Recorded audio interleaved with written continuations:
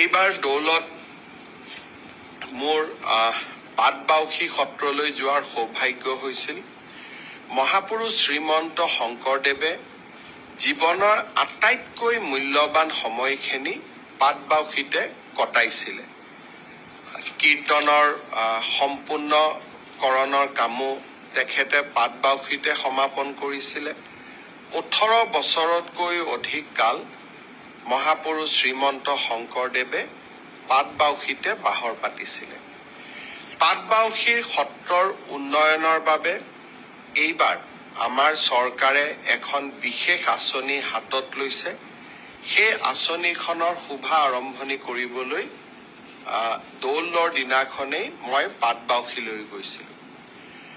অসমৰ বৈষ্ণৱ আন্দোলনৰ আন এগৰাকী মহান সংস্কাৰক দামোদৰ দেৱো তেখেতৰ জীৱনৰ এক ক'ব গ'লে দীঘলীয়া কাল পাটবাউসী সত্ৰতে পাটবাউসীতে পাৰ কৰিছিলে। দামোদৰ দেৱৰ সত্ৰ যিখন পাটবাউসীত অৱস্থিত, তাৰ উন্নয়নৰ বাবেও এইবাৰ আমি এটা আঁচনিৰ কাম দৌল উৎসৱৰ দিনাখনে আৰম্ভ কৰিছিলোঁ।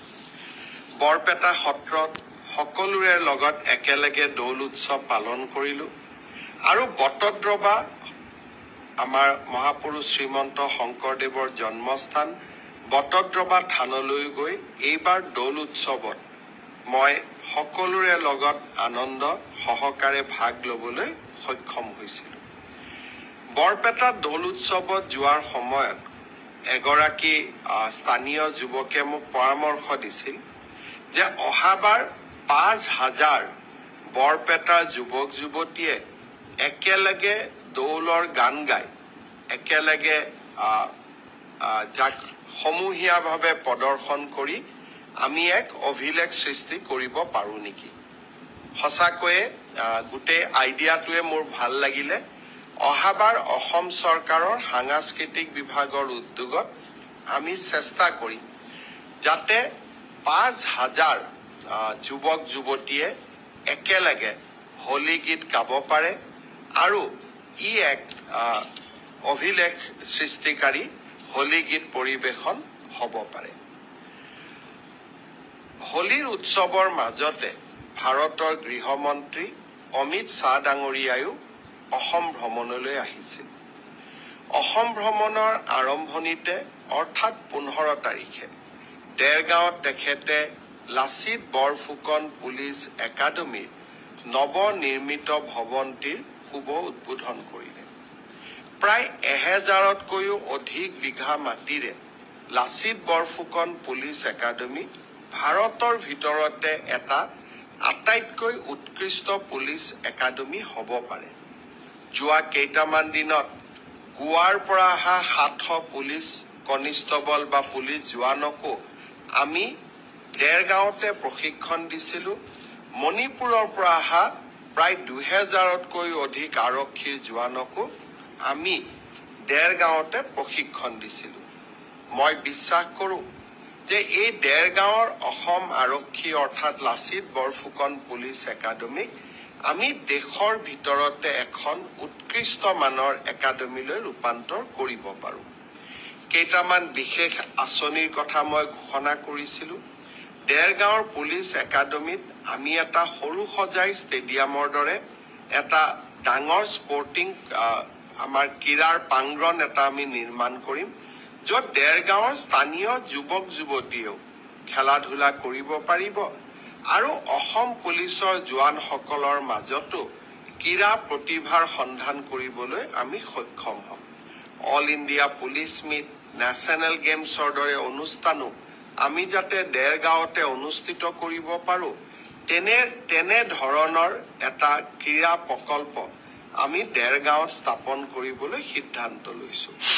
দেৰগাঁৱৰ পুলিচ একাডেমীত আমি এখন CBSEৰ স্কুল পাতিম, য'ত দেৰগাঁৱৰ স্থানীয় যুৱক যুৱতীসকলেও পঢ়া শুনা, বিশেষকৈ ছাত্ৰ ছাত্ৰীসকলেও পঢ়া শুনা কৰিব পাৰিব।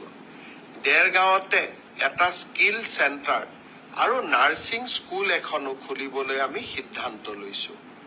অৰ্থাৎ অসম পুলিচ একাডেমীক আমি এক শ্ৰেষ্ঠতম একাডেমীলৈ ৰূপান্তৰ কৰিব খুজিছো আৰু ভৱিষ্যতে যদি কেতিয়াবা পাৰো যেনেকৈ আৰ্মি মেডিকেল কলেজ থাকে পুলিচ মেডিকেল কলেজ এখনৰো আমি কল্পনা কৰিব পাৰো অসমৰটো এতিয়া আকাশ চুবৰ মন গতিকে কল্পনা সীমা নাথাকে কল্পনাৰ সীমাই কেতিয়াবা বাস্তৱকো উপেক্ষা কৰি আগুৱাই যাব খোজে মই অৱশ্যে নিজৰ শৰীৰত মাজে মাজে চিকুট মাৰি থাকো যাতে কল্পনা আৰু বাস্তৱৰ মাজত এটা সামঞ্জস্য থাকে গৃহমন্ত্ৰী অমিত শ্বাহ ডাঙৰীয়াই কোকৰাঝাৰত নিখিল বড়ো ছাত্ৰ সন্থাৰ ৫৭তম বাৰ্ষিক অধিৱেশনত যোগদান কৰিলে গৃহমন্ত্ৰীৰ ভাষণ ব্যতিক্ৰমী আছিল সঁচাকৈয়ে সকলোৰে মন চুই গ'ল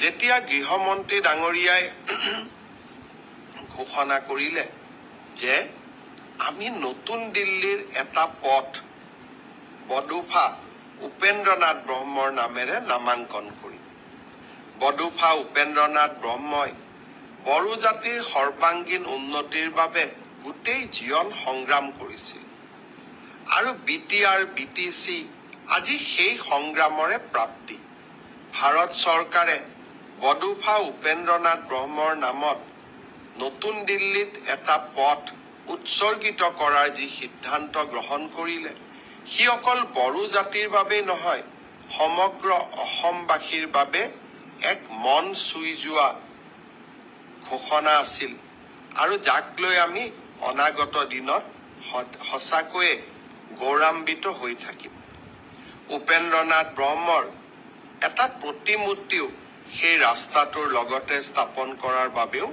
গৃহমন্ত্ৰী ডাঙৰীয়াই আমাক জনালে যে যদি আমি প্ৰতিমূৰ্তিটো বনাই দিব পাৰো সেই প্ৰতিমূৰ্তিটো তাতে সংস্থাপন কৰা হ'ব মই ভাবো যে এই সিদ্ধান্তই বড়ো জাতিক সঁচাকৈয়ে প্ৰেৰণা দিব অসমবাসীক উৎসাহিত কৰিব গৃহমন্ত্ৰী অমিত শ্বাহ ডাঙৰীয়াক মই এই সিদ্ধান্তৰ বাবে আকৌ এবাৰ অসমবাসী ৰাইজৰ হৈ অন্তৰৰ গভীৰতম কোণৰ পৰা কৃতজ্ঞতা জনালো মই বৰপেটাৰ দৌল উৎসৱৰ কথা উল্লেখ কৰিছিলো